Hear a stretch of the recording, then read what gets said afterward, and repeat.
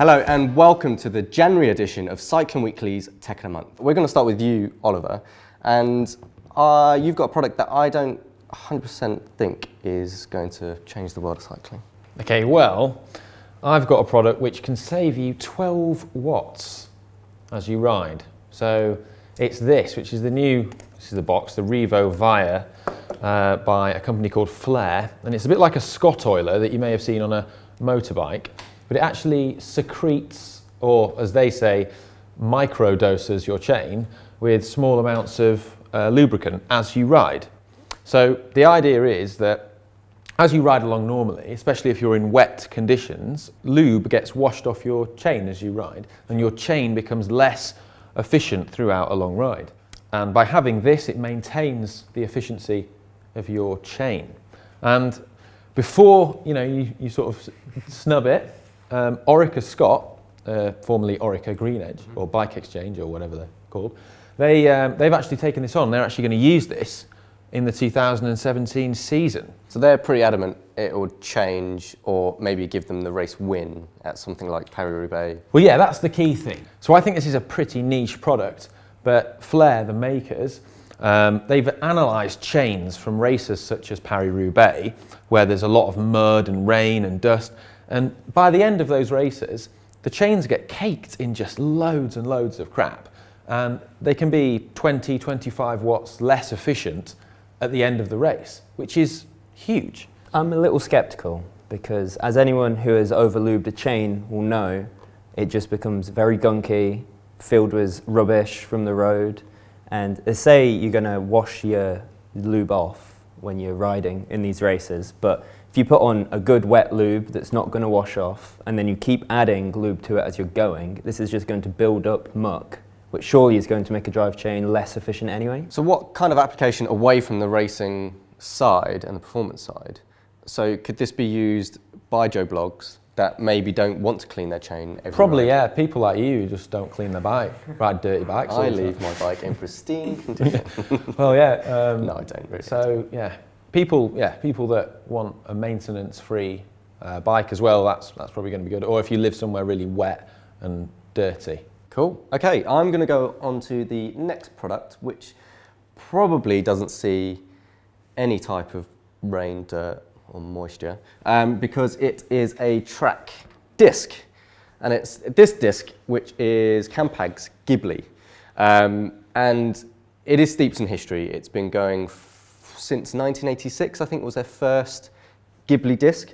They called it Fluid Dynamics at the time, and it was a bit revolutionary in the sense that it weighed around the same as a traditional spoked wheel then, and there was a big push in sort of crazy bikes. You know, I think it was just before then it was Franco Moser that used that crazy big disc wheel in the hour record.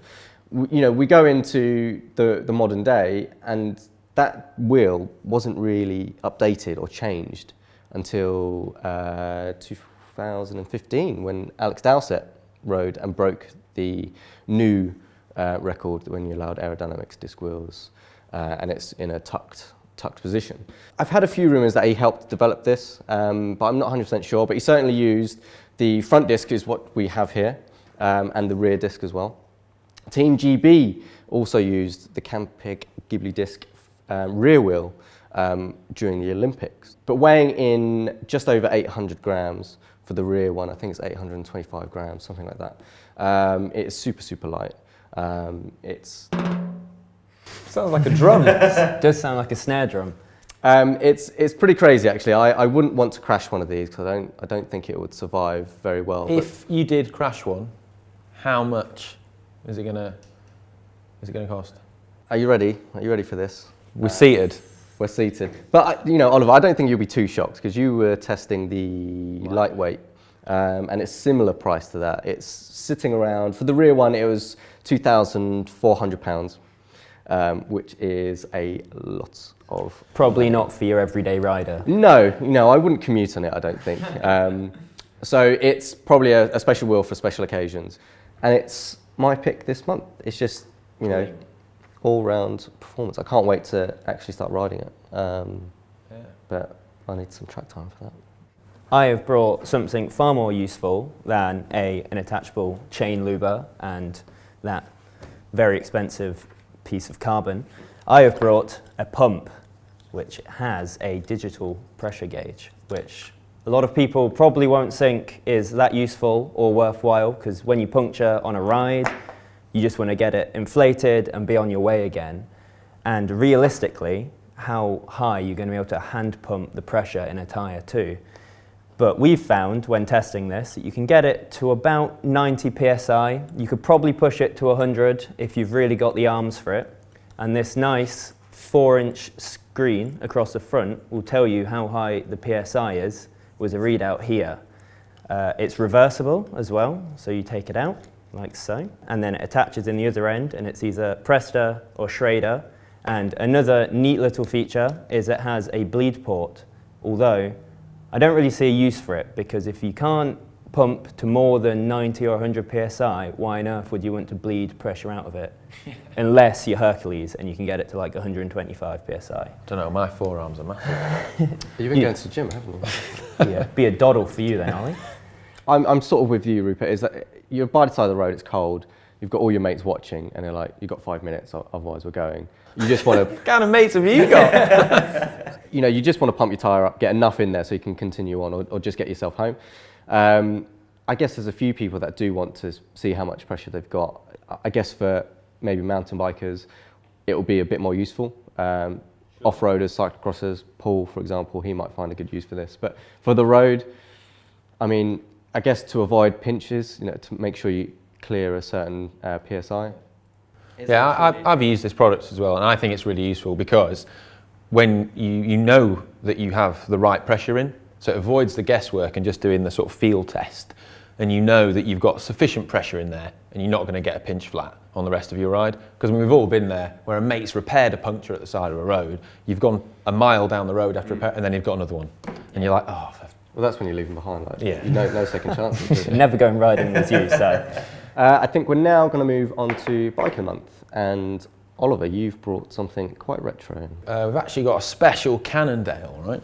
And it's a Cannondale Super 6 Evo high mod, the modern frame, but it's been painted with a custom paint job from Fat Creations to look like one of Cipollini's old Seiko Cannondale team bikes from the early 2000s. The whole spec and build has been done to make it look like Chippo's bike. So it's got an integrated FSA one-piece bar and stem. It's got Spinergy wheels on because he famously rode the 4-spoke Spinergy wheels, but these have obviously been done as modern ones, so you can't get those anymore. But then also it's got Campag Super Record on it because obviously, I mean, it's Chippo's bike, isn't it? But I just think it's really, really cool and looks really nice. And I think also I think it's cool to have a retro bike, a retro paint job on a modern bike, and it's something that I'd like to see more of, really. I think.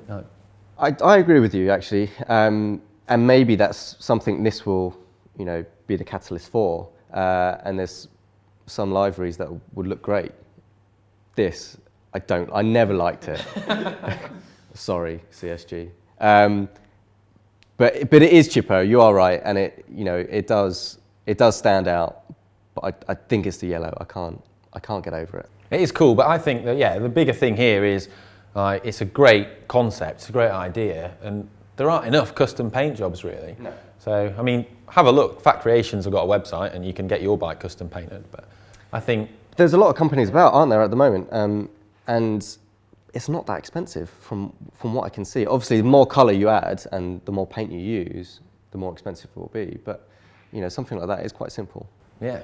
So sky's the limit, really. I mean, you can get whatever you want, but yeah, we'd love to see more custom bikes. So nice. That's our Bike of the Month. I do really look forward to Oliver riding it in a leopard print skin suit, but that's probably for another time. So we'll see you next time.